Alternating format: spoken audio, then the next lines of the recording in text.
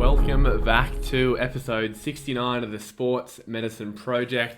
Got a lovely podcast, as always, coming at you today. Part 2 with the incredible Jessica Stenson. Part 1 out last week. Part 2 out this week. Plus, as always, Kelly and I discussing some clinical and non-clinical topics, some shitty information on social media, which is probably what we always discuss every week because there's a lot of it. I got to sit in with an orthopedic surgeon, which was awesome, discuss the importance of having a plan with your patients. Kelly's talking about how to get better at using downtime to be more productive, quarterly appraisals, and a orthotic question. Welcome to my co-host, Kelly Kortic. How you going? I'm good. How are you? Good. Excited? Always. For the show? Always excited to be here. Always excited to have these conversations, and I think we spoke about that last week. We always write down some key things that we want to talk about, and we end up tangenting all over the place because that's just where the conversation goes to. There is a lot to talk about. I guess because it's what we do every day, there's always things to talk about, but you can say that with any discussion. I always think of politics, how everyone's always eager to discuss politics, and you could discuss it for years on end. I guess that's you and I, probably with anything health related. What would you call what we discuss? Would you call it healthcare, or what would you call it? Because Sports Medicine Project was just, the name came from to be all encompassing of things that relate to sports medicine, but it's probably healthcare or health. Yeah. I don't know. Do you think? Well, pain and injury and... But it's more than that. It's psychology. It's rehab. I guess pain and injury fits into that, but... Performance. Yeah. What about clinical stuff? How to be more efficient? How to schedule patients? That kind of thing. But then healthcare makes it sound like we only talk about public. healthcare. Yeah. When we also talk to, runners who might not necessarily be, well, actually all the runners that we've spoken to actually have been in healthcare professionals. Yeah. But yeah, I think it's more than healthcare even. Yeah. I agree. And we're talking about this last week, which you had a few of you sign up, which we very much appreciate. We started up a couple of weeks ago. Haven't really done much promotion of it at all, but our Patreon, which is basically just Kelly and I talking about the cases that you see every day and discussing from start to finish the ideas that we had, why we did what we did, the research behind what we did, the psychology, explaining things, how do orthotics work, heal pain, how do we rehab an ITB, or you've got hip osteoarthritis, how do we explain the prognosis? But then also including some of the complexities in dealing with humans. So it's easy to understand the pathophysiology of an injury and, understand the general principles of how to rehab it. It's very different when you've got a human with thoughts, feelings and emotions sitting in front of you and how to, factor in those things as well when you are treating patients, which we will talk about in the case studies as well. Yeah, I had a thought this week where I thought about all the information, because I'm at the computer all the time trying to learn as much as possible, because I find it enjoyable in reading things and looking at statistics and images and so forth, and it made me think you really don't need to, you could know the bare minimum with how to help someone, but how you listen, the patient-practitioner alliance, how you make them feel, and really just mapping out a really basic journey, and you could still very likely, if not more likely, to get better outcomes than someone that just has this great understanding of all the research and the statistics and the human body and so forth. I think particularly in our roles, probably less so with, well, I don't know, I might be making an assumption here, but GPs and specialists, maybe they can get away with that, it seems, a little bit more. I think... what do you mean? Get away with not having the personable traits? Yeah.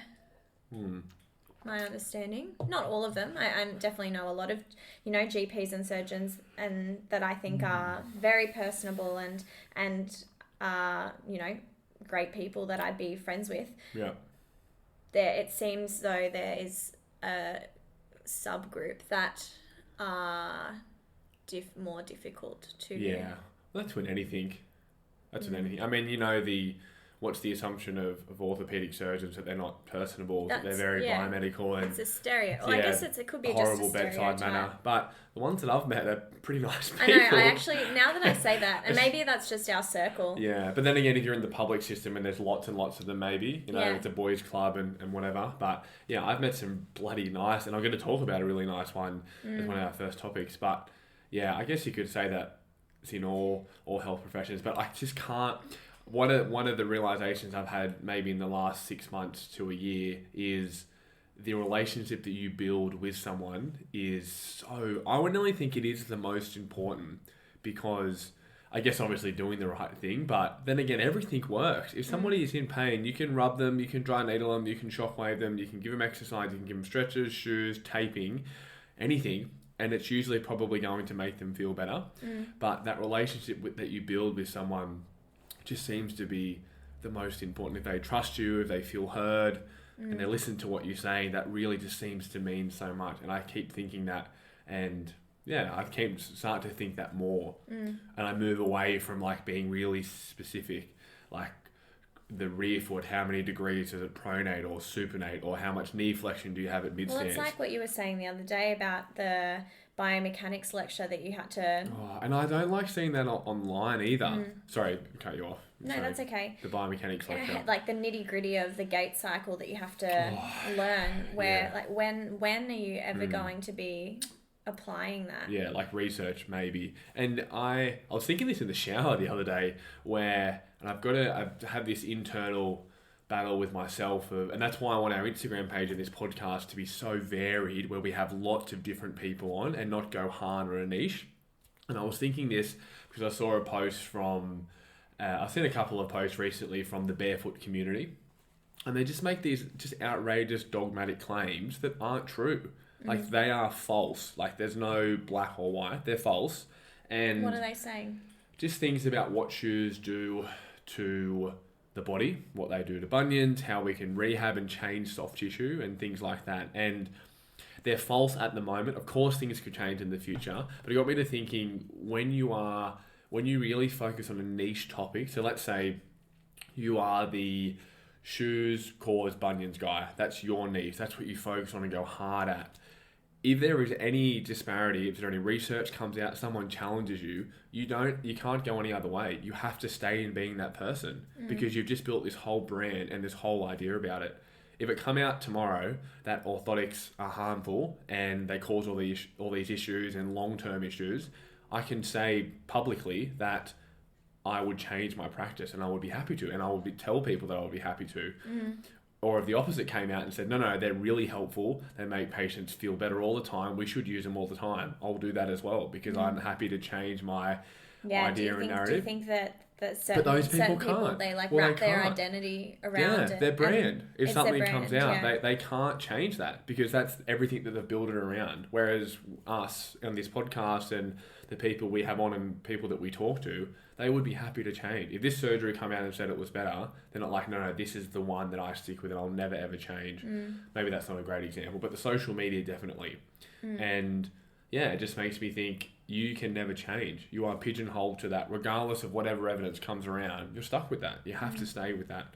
That's what I was thinking. Does that make sense? Yeah, it does. And I think that that's a good point to make. And it's probably important for people to be aware of, because I can imagine that it's not something that you just decide on. It's something that you probably morph into gradually over time. And you kind of get stuck into this whirlwind of, treatment principles that maybe aren't, they don't have wiggle room to then change later down the track. And it's probably something to be aware of. I mean, even with us, like we are very strength and conditioning biased. Definitely, that is our bias to work in that direction. Well, sorry. And however, I don't feel like we have pigeonholed ourselves that we can't change that.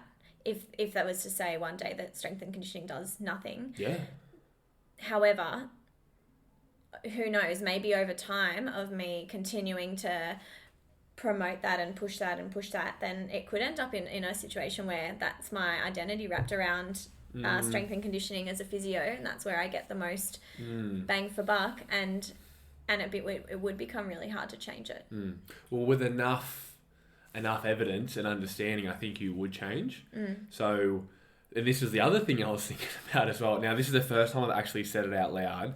I was thinking, what does it take for someone to change what they believe? And I was trying to think of an analogy, and I was like, maybe it's when you go to buy a house. What do you need to buy a house? You need equity, which is an understanding. You have to have that. That's most important. 2, maybe a mortgage broker, and that might be personable experience. I'm thinking all the things that you need to be able to change an understanding and an idea and a narrative. And that's basically it. That's all I'd come up with. But I don't know where I was going with that. But what does it take to change your... There's a couple of really good books that talk about that. Like you just said about the strength and conditioning, I used to believe up until probably 2.5 months ago that for a tendon, it has to be heavy resistance training. You have to do heavy calf raises or it's not going to get better, or it will get better, but heavy is best always, full stop. And now I don't believe that anymore. And I publicly say, I'm saying it on the podcast. I was having a conversation with a mate of mine, Dusty, who's got a proximal hamstring tendinopathy. Him and I were talking about resistance training, and I was like, yeah, you just need to do some load. Medium to heavy, it doesn't really matter too much. Maybe for one subgroup it does, but for you to get it better, just consistently load it. Whereas 2.5 months ago, I would have said, no, it has to be heavy and challenging. And if I build a whole social media platform around heavy resistance training is best, what the hell do I do now? I can't. I've just got to keep pedaling it because I can't change. I like that. I reckon we should bring that into the podcast every so often. Just what's something that you've changed your mind on in healthcare recently? Yeah, maybe we can ask that to our listeners. Yeah. Yeah.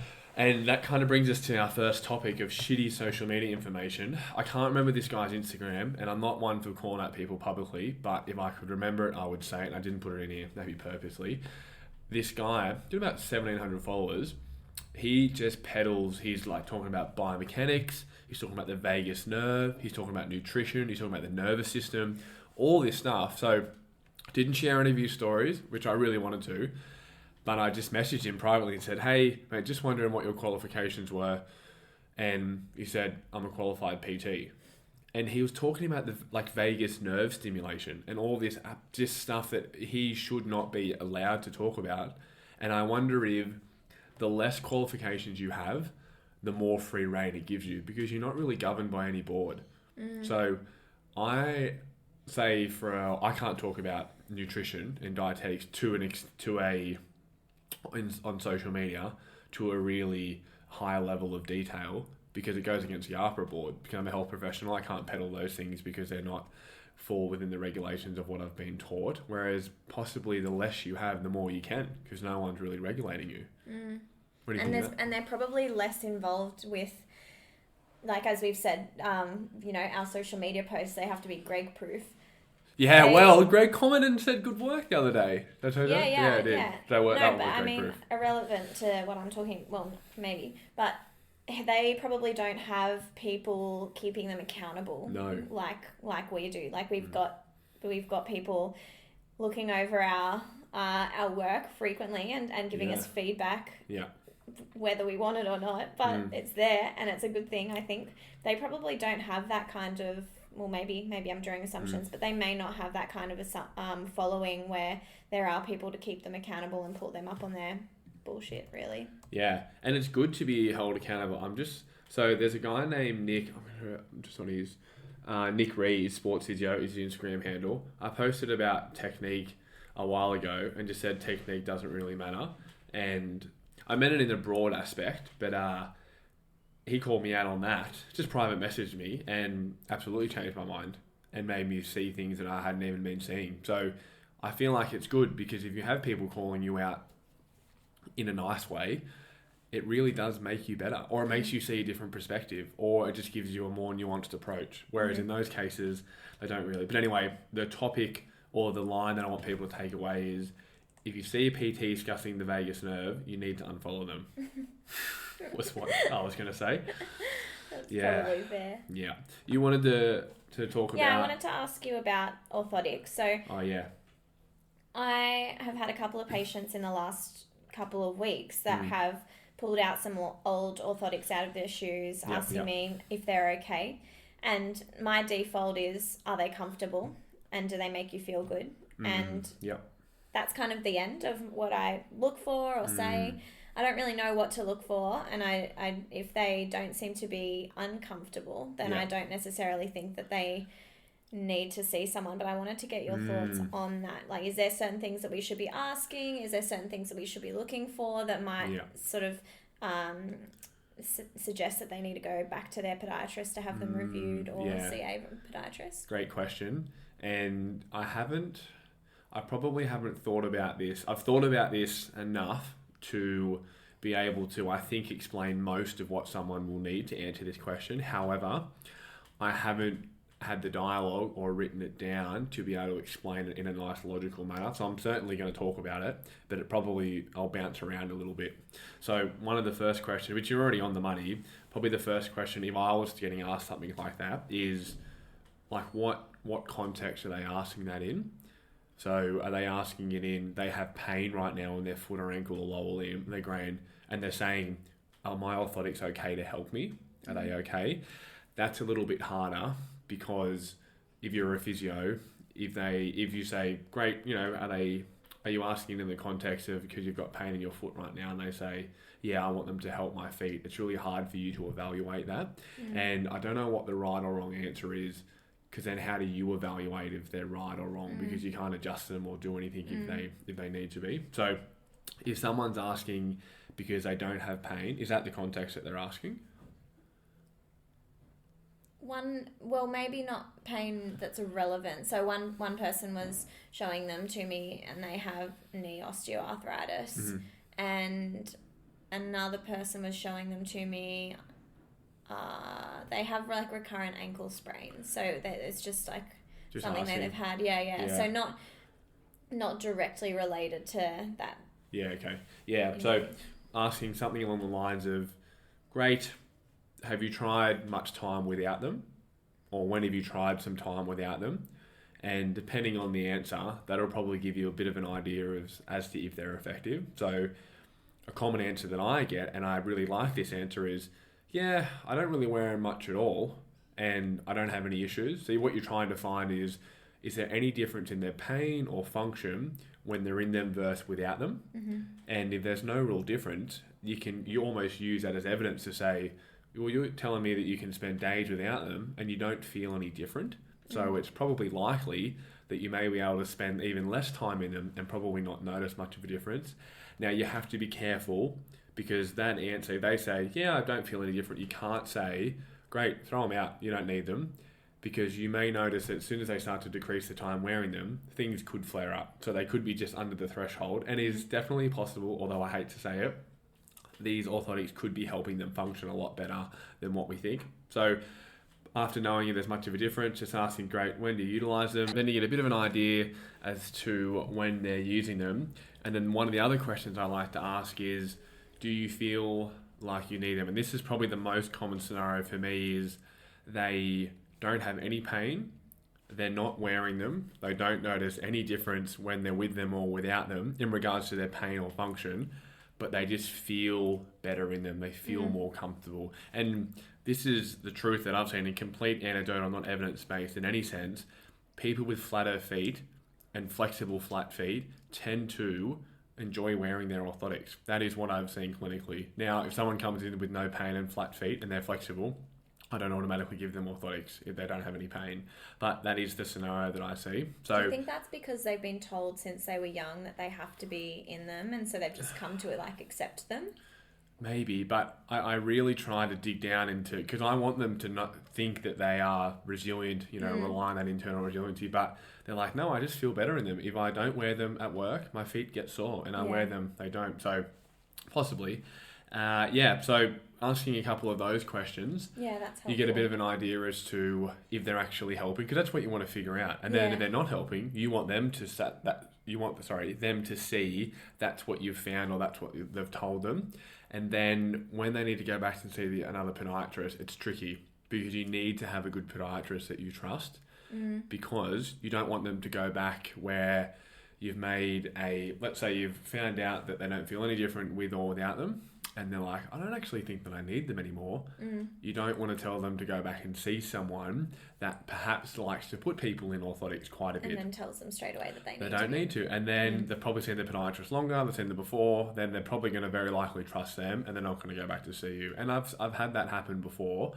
And yeah, it's not nice because it's not evidence-based, and yeah, it's just one of the things that happens in healthcare. So asking those kind of questions and trying to figure out if they feel better with or without them. If for the lateral ankle, that's always a tricky one, but you just have to see if they feel any different with or without them, because you can certainly probably say that their orthotics aren't going to prevent them from having an ankle sprain. Did you ask that? Did they feel... No, I actually don't think that's why they were wearing them. It wasn't for the lateral ankle, for the recurrent ankle sprains. It was for some foot posture reason that they were given them when they were younger.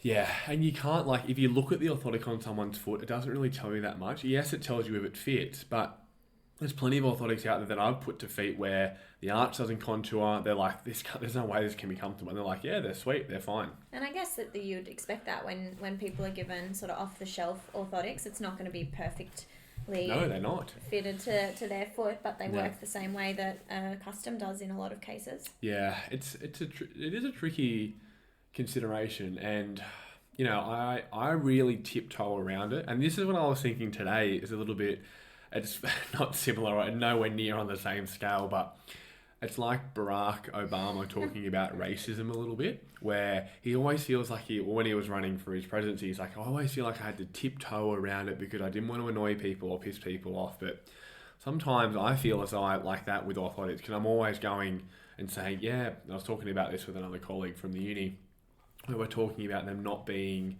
you know, the be all and end all, and yes, they're short term and sometimes they're long term, but they really do help for people, and we need to accept that. Like, other health professionals need to know that they can help. Certainly. Well, I don't think of them as like handing them out like candy at all. But I can see the other side, because they do. That's the reality. Is they're a business decision for most people. Oh no, sorry, not for most people. Let me take that back. The business consideration can influence their decision, is what I would say. And it's sad, but it's true. But that happens everywhere. I'm sure surgeons and work cover, it happens. I'm sure chiropractors and adjustments, it happens. I'm sure physio and dry needling, it happens. Yeah, for sure. Yeah. Good answer. That's helpful. Thank you. Yeah, I need to better think about that, but that's a good one. That's a really good one. What about the quarterly appraisal? What do you want to say about that? Yeah, so I've got my quarterly appraisal coming up this week. So the way that we structure that at Newcastle Performance is every quarter I fill out, or all the physios there will fill out our feedback sheets, giving sort of just updating Dave on how we're doing, what we feel like we're finding is going well, what's not going well, how we're feeling, how we're coping, all of those sorts of things. And it's just such a good time to sort of reflect on the last few months and see, you know, have you been doing as much as you can do to try and support your practice, and, you know, where are there gaps, or where are there things that you could be working on more. And I think it's really important to do them. And yes, definitely. I really look forward to the quarterly appraisal, because it's forced reflection on the last few months, and I think it really helps me as a physio, and it really helps Newcastle Performance grow as a practice for all of us to be doing that and thinking about it, sort of zooming out to big picture rather than thinking about each individual case that you might see, which is what we normally talk about during our feedback sessions. This is looking big picture, you know, how are we performing overall, and what sort of things are we going to be looking into for career progression and things like that. And I think everyone should be doing them.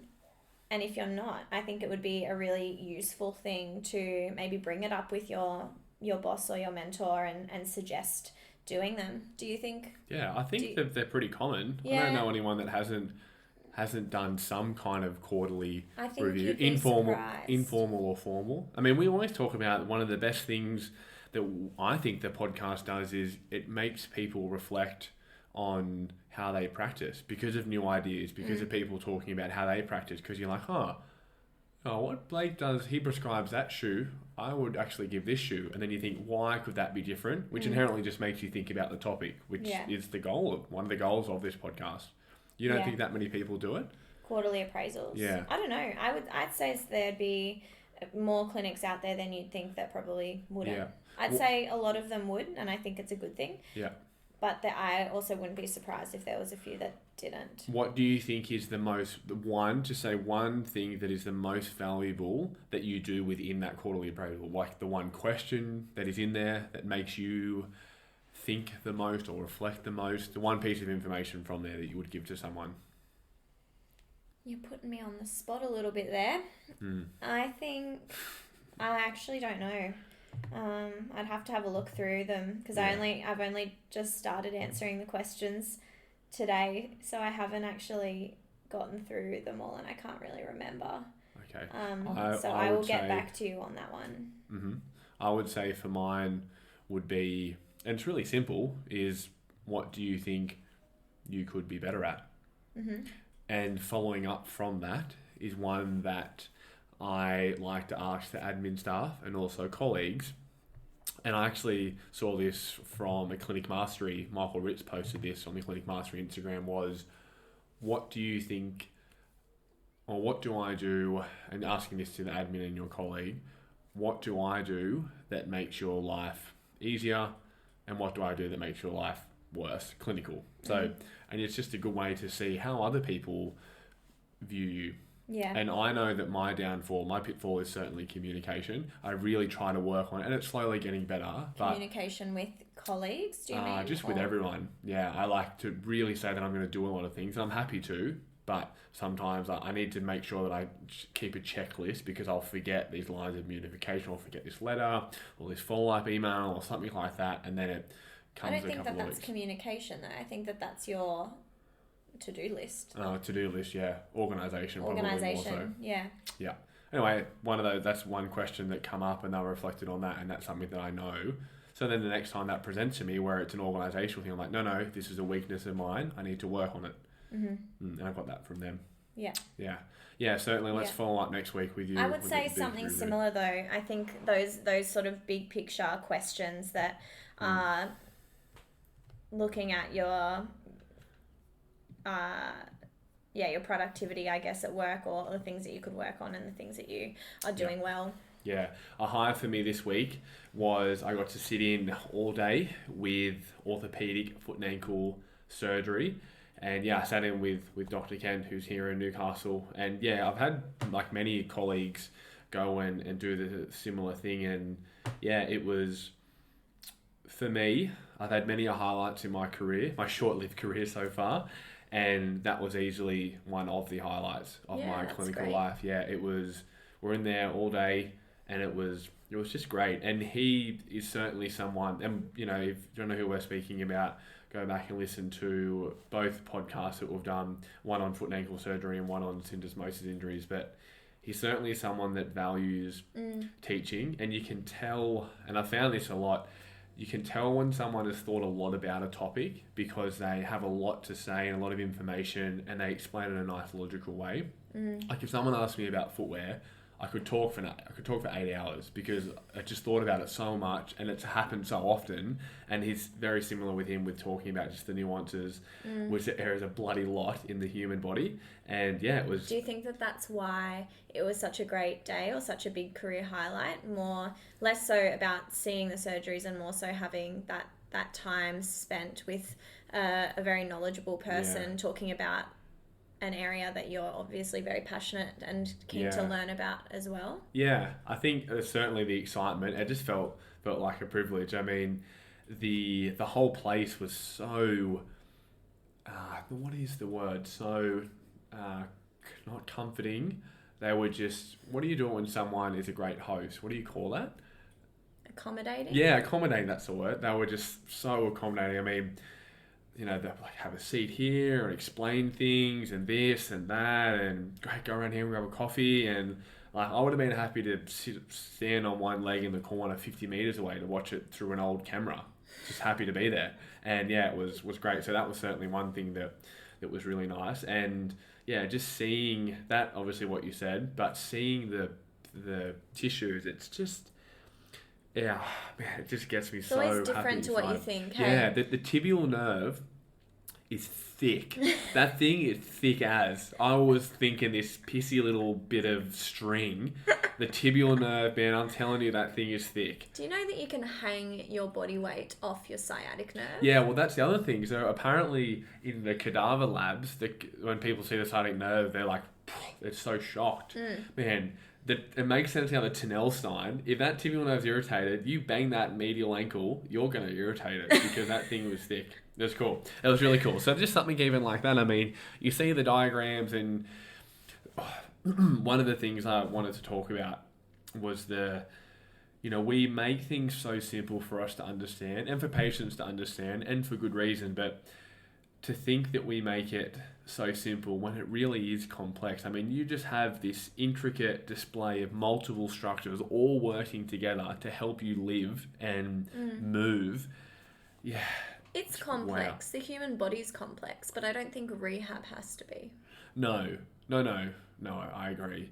But we really do simplify things, and... For good reason, though, because if you overcomplicate things for people that have a very surface level understanding of the human body and injury, there's no point to overcomplicating it and going into the ins and outs. Yeah, not for patients, but for us. For us. Yeah, for us in our discussions. And perhaps you don't need to make it simple, but I think that I've probably gone a little bit too far the other way and made things too simple. But anyway, the other one was it made me reflect on my palpation skills. Now, orthopedic surgeons must have some bloody good palpation skills because they know where things are. But the palpation skills of myself and just seeing the tib post and all the tendons and everything, if you're pushing into it, look how wide your thumb is. You're pushing into there, and there has been a study on this, but I can't find it. You don't know what you're really pushing into. You've got a bit of an idea, but you're pushing into tendon, you're pushing into the enthesis, the soft tissue, the fat. It's all so close together, and especially in the foot and the ankle. So it just gave me a real appreciation for the human body, and also the expertise of a specialist like himself. I mean, the degree of training and the things that you have to know, which you may never utilize ever. There's infections, post-operative stuff, the anatomy, how to perform the surgery. There's all these things that you have to know, and yeah, you've got to know them. It's pretty black or white. And then it made me think a little bit about podiatric surgeons and their training. I understand, and I'm not saying that they're not surgeons, but their training, I just don't think you can compare their training to what's that again? They're podiatrists, and then they do an extra. Yeah, I'm not gonna go too detailed because I'll butcher it, and I don't want to take away from what they do. But it's podiatry. You be a podiatrist for 2 years, and then you go into a surgical training. It's 7 years or so under a podiatric surgeon, but you just don't get the training that you do as an orthopedic surgeon. I mean, you have to learn the whole body. You go to medical school, you do all this training. Steve was talking about not the foot and ankle surgery, but he's an orthopedic surgeon, so he's done surgery throughout the whole body. So, what value just that adds to be able to do the foot and ankle. Why would someone go to a podiatric surgeon over a foot and ankle surgeon? Maybe accessibility. So they can only do private. They don't have Medicare. That I do know. And they're pretty handy at forefoot and bunion surgery, but they're really complex ankles and things like that. It blurs the lines a little bit. I know the description is they can do foot and ankle and related structures, but that's vague. Yeah, I don't know. I don't really know too much about it, so I don't want to talk about something I don't understand that much. But it just made me really appreciate that highlight of my career, certainly so far, and I'm really appreciative. And I think that wherever you are in Australia, the UK, and all the other listeners that we have around the world is certainly reaching out to your local specialist and just, trying to develop some relationship, or, hey, can I just come and sit in? And I think you'll really thank yourself. Yeah, for sure. It was really cool. Anyways, we might get into this week's podcast with Jessica Stenson, a part 2 from the last week's episode. So you can carry on from where you left off. a really good chat and a really good way to start your week, we think. Certainly. Yeah. Have a lovely week, listeners, and we'll speak to you all next week.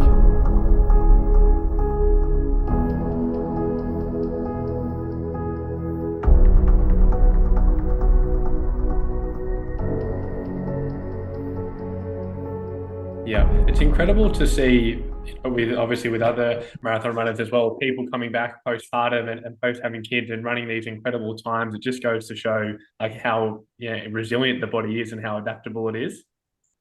That's it. And you just can't chase that too early on. You have to trust that it will work out. You just have to build the layers. And I think there probably are some physiological changes that happen. I've heard blood plasma volume increases, that there's something there. I'm not exactly sure what it is. It could be just the mindset. As a parent, suddenly, it's a privilege to be able to get out and train, probably more than a grind sometimes, because it's just really nice to get out and be able to have your thoughts to yourself and let your mind wander. I think you use your time really wisely. You line up for a race and you think, well, I obviously really want this to go well, but if it doesn't, like I'm fulfilled in other areas of life. That's how I found it anyway. I wasn't relying on my running to bring me the happiness I needed. Yeah, that's really cool. I haven't heard anyone say that before, but I like it. Jess, you mentioned that you have had a few injuries before, and I've heard you speak about this previously as well, I think on maybe Brad Beer's podcast. Maybe it was even after pregnancy. I think you had a bone stress injury. Is that right? Yeah. Yes. Can you talk us through the management of these injuries and how you dealt with them, both physiologically and psychologically as well? It was challenging. So I was fortunate to be able to breastfeed for Billy for 13 months. And throughout that period, I sort of acknowledged I was at a high risk perhaps of a bone stress injury, just based on people we'd spoken to before who'd returned to running after giving birth. Trent Stellingworth was one. He's done a fair bit of research involving his wife, Hillary, over in Canada. And so to get through that first year without any injuries, I thought, okay, I'm through the vulnerable phase. And then it was about 3 months after finishing breastfeeding that I had a bone stress injury in my femur. It was a bit of an unusual one, more like an avulsion type bone injury, but it took a little while to diagnose. When we did, I went through all of the scenarios that could have contributed to it. That nutrition, is it, that the minerals and whatnot have been leached from my bones for a year, and now it's kind of led to this injury? Was it that I backed off my strength and conditioning work, which I'd been prioritizing my running over strength and conditioning? Just when you're time poor and something goes, I gave up the thing that I wasn't enjoying the most, but that I probably needed the most.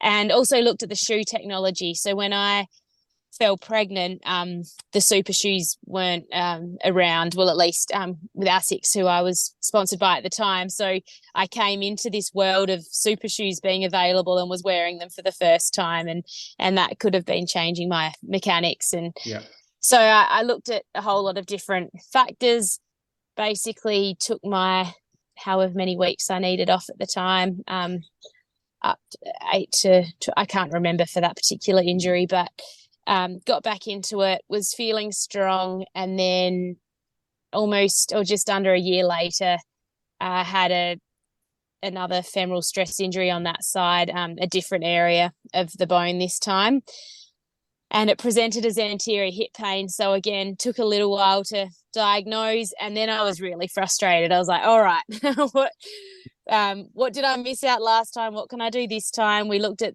the paces I was running at and whether I had enough variation. And one thing I wasn't doing was any multi-directional work. So we spoke to a physio who had a particular interest in bone health, and he suggested that maybe adding in some dodging and side-to-side sort of drills could just help to strengthen my, bones in different ways. I came from obviously a netball and basketball background, and then got into a sport where I literally just run in straight lines.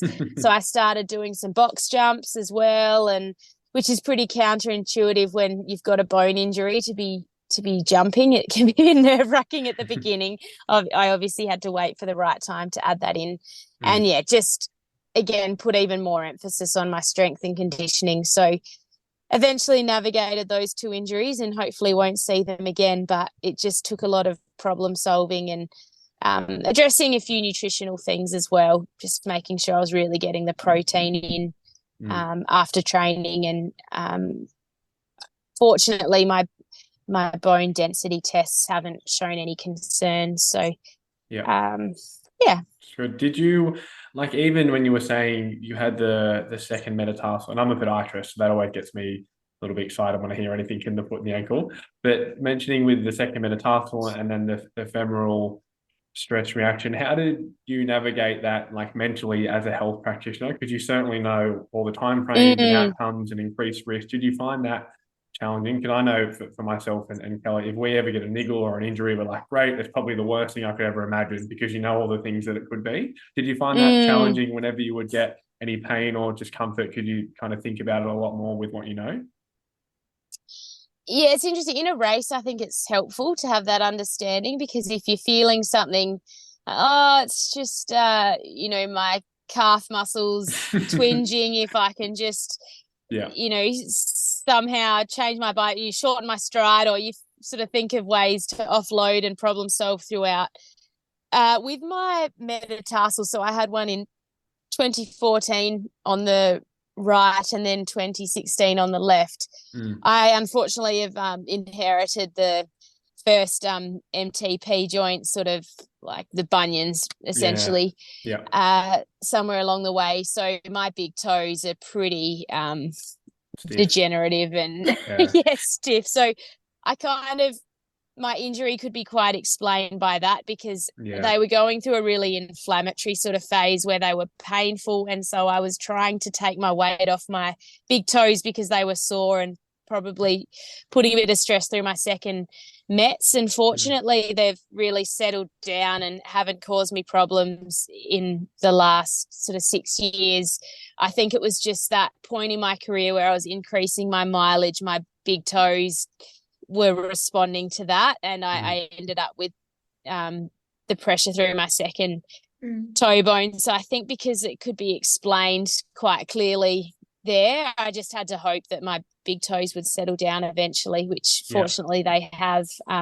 Orthopedic surgeons look at them and get excited. I'm like, you're not touching them. Stay away, get away, eyes up here. So as a practitioner, the benefit I can say is that when you then see people with bone stress injuries and you can relate to that pain, I think it's helped me to pick them up earlier when people present with certain symptoms and the behavior of pain. It's sort of always on my radar because I know what I've experienced, and it also helps you to empathize with them because you know how much running means to a lot of people, and to be told they're not going to be able to do it for a while, you can have those conversations and be really open about your own experiences and how you managed it and some things they might like to consider. Yeah. You mentioned strength training a couple of times. How do you now, and when you're in a big sort of training or marathon block, incorporate that into your training, and what are some of the key components of your strength sessions? So I work with a strength and conditioning coach at the South Australian Sports Institute. So he sets my programs and then I have them on an app and I go away and do them at a different gym that has a creche because I do my gym sessions on days that I have Billy with me. So it's basically working the key muscle groups. I think calves are really important. So I do weighted single leg calf raises and holds. I do some very squats and Romanian deadlifts, those sorts of things. So hamstrings, glutes, and just working on control with movement, fair bit with the pulleys involving sort of the abdominal and pelvic control, and then even a bit of upper body work. It's quite a balanced program. It's not one that leaves me with intense DOMs unless I haven't done it for a while. I always, if I miss gym for even 3 weeks, I'll end up with DOMS. But when I'm in a routine of it, I'm not pulling up with sore muscles. Also, I do a bit of mobility work as well. So you don't go into your session the next day feeling like it's being hindered by the gym you've done. My sessions only tend to last for 25 to 30 minutes. I don't have a lot of recovery between my different sets. And so it's sort of a feel-good program, but with a bit of heavy lifting that's sort of targeted just to, I don't know, that feeling of power, and I really like that. Yeah, I think even for a distance runner, it can be helpful to have a few little power exercises in there. Yeah, and that's what I was going to ask. I mean, it's always a scenario when we see runners in the clinic. Strength training is always a chore, which I perfectly understand. When you like to run, you want to go out and run more. What do you think, as a practitioner and an athlete, is a good kind of dosage or base to have for someone to add in their strength training? Do you think a couple of times a week to just help benefit their running, like throughout all ages of running? Yeah, I think so. I think, 2 sessions is great, but even 1 is still beneficial. If you can't do 2, don't just scrap it all together and at least go with your 1. And I think really looking at it as something that will help you to manage your running load. So that's the incentive to do it. It's not always that. I look at my husband, and for him, he's an 800-meter runner. Gym is a really important part of his training for performance, and he loves doing those explosive exercises, and he feels like if he's not doing gym, he's not going to run as fast. Whereas for me, if I'm not doing gym, I feel like I'll be more susceptible to injury and I won't be able to maintain the same level of training. So it's indirectly affecting your performance, I guess. Yeah, definitely. What have you learned over the years in regards to load management, Jess? I know we've spoken to Adam, your coach, and he's spoken to us about load management and how he now monitors that. But what would you say you have sort of uncovered over the years? So I think consistency is really valuable. I've noticed with my own tendons, if I have a prolonged period off after a marathon, they definitely start to get a bit niggly. So I think not increasing anything too dramatically, but also not removing your load and then bringing it back suddenly either. And as a coach now myself, I like to work in cycles where you sort of increase for 3 weeks and then you have a bit of a lighter week, increase for 3 weeks, have a bit of a lighter week. I find that's a really nice time period to progress things and then have a bit of an absorption week. And I've found that that's been, I guess, an approach that reduces risk of injury as well, having that bit of a down week in there rather than just constantly going up or staying the same. I think adding in that bit of a different stimulus is beneficial. Do you run many trails, or you keep things like, do you change much with elevation and that kind of thing for just some kind of different stimulus? Yeah, I think it's a bit of a product of your surroundings and your situation. So now as a mum, I'm trying to find runs that are as local as possible because I don't want to spend a Sunday driving 45 minutes to the run and 45 minutes back. And often just being able to leave my door and run is the most effective way for me to train. But that naturally means I am running a fair bit on a concrete path along the river. I can change it up a bit though and incorporate some laps that are on like a softer dirt surface if I want. But I typically do run a lot on hard surfaces, which I know some people really dislike. I've actually, I just think, become accustomed to it. And I find as a marathon runner, you need to be able to handle the road surfaces. I think too much trail and soft surface running in the lead up to a marathon can be detrimental, but I think ideally I would do a bit more trail running. It's just at this time in my life I'm finding it hard to find those trails. So I don't think I've got the ultimate balance right now, but when I do have the opportunity to get onto some grass ovals or incorporate some softer laps, I do in my recovery jogs. Do you run around the block where you live? No, so I've got a river that goes all the way to the beach or all the way up into the hills, but it is just it's a concrete path. But we actually train on a gravel sort of surface. We call it the uni loop. It's a 2.2k loop. I follow a couple of guys on Strava, like Nitter and my class. I always see so many people going around there. And I was thinking, like, if you're running around from your house, it would be just so odd if you were just a recreational runner going for a run and like, is that Stenson that just run past the block just on the random streets? Yeah.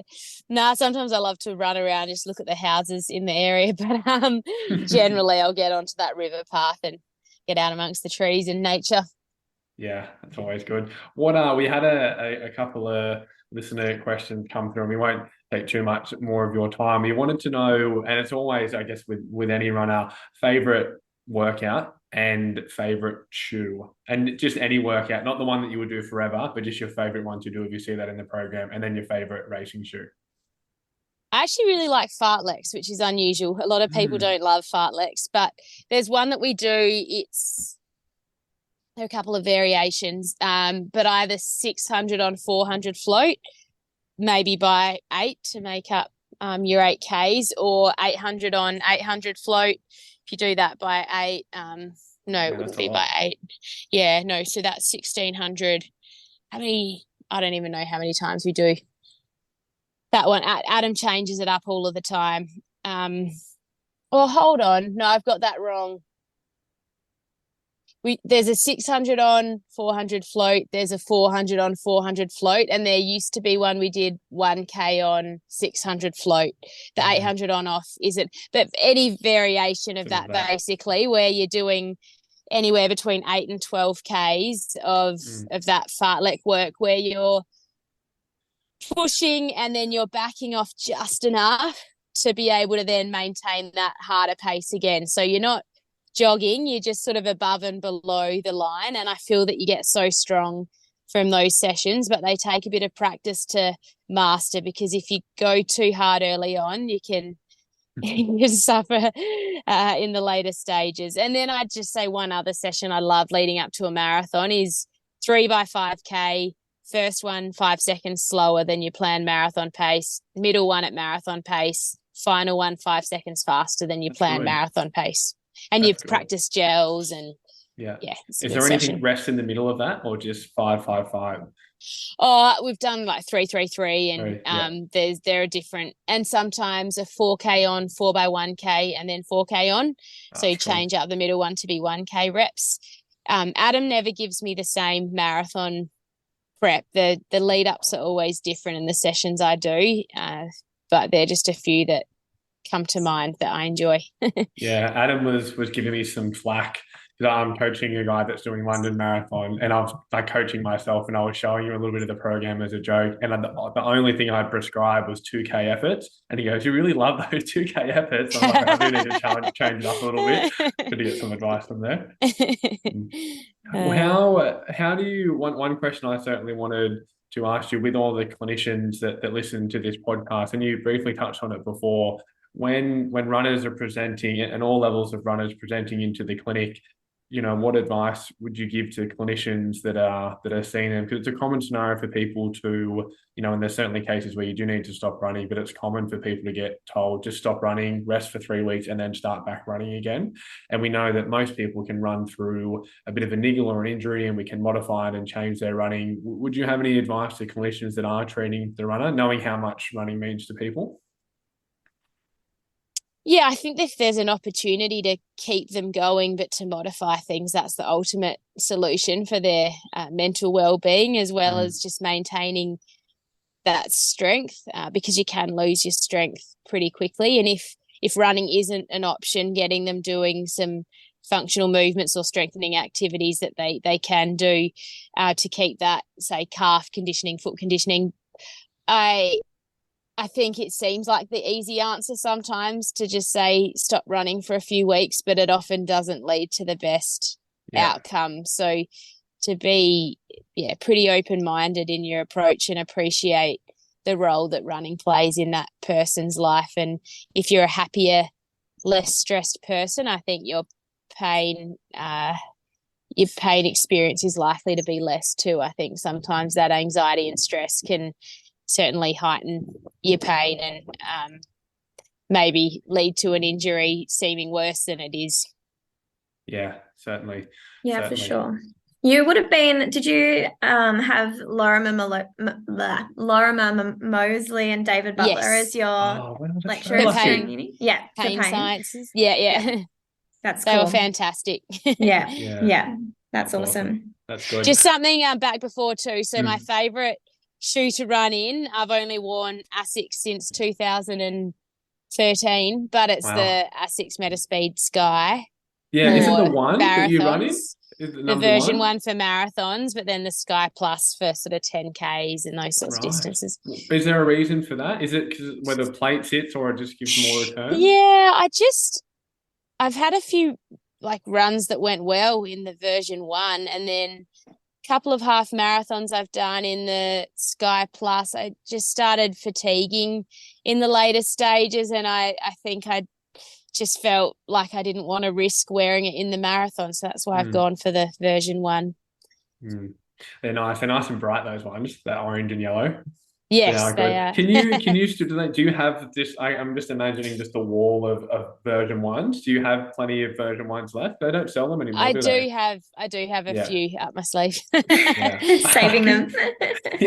Storing them. Yeah, that's good. All right, we'll leave it there. Jess, thank you so much for coming on, and so much appreciate that and donating your time. It's been incredible. It's all right. I'm glad the service was all right. I was a little bit nervous with this plan, but it's all worked out. Yeah, it's worked out well. That could be a new podcast studio when the car will get headphones in. It's good. Well, when my husband's battery just carked it, an hour into the trip today, I was worried, but got a new battery and we were back on the road, so it all worked out. Thank you so Thanks much, Jess. Enjoy your trip. Safe traveling. Thanks. Bye.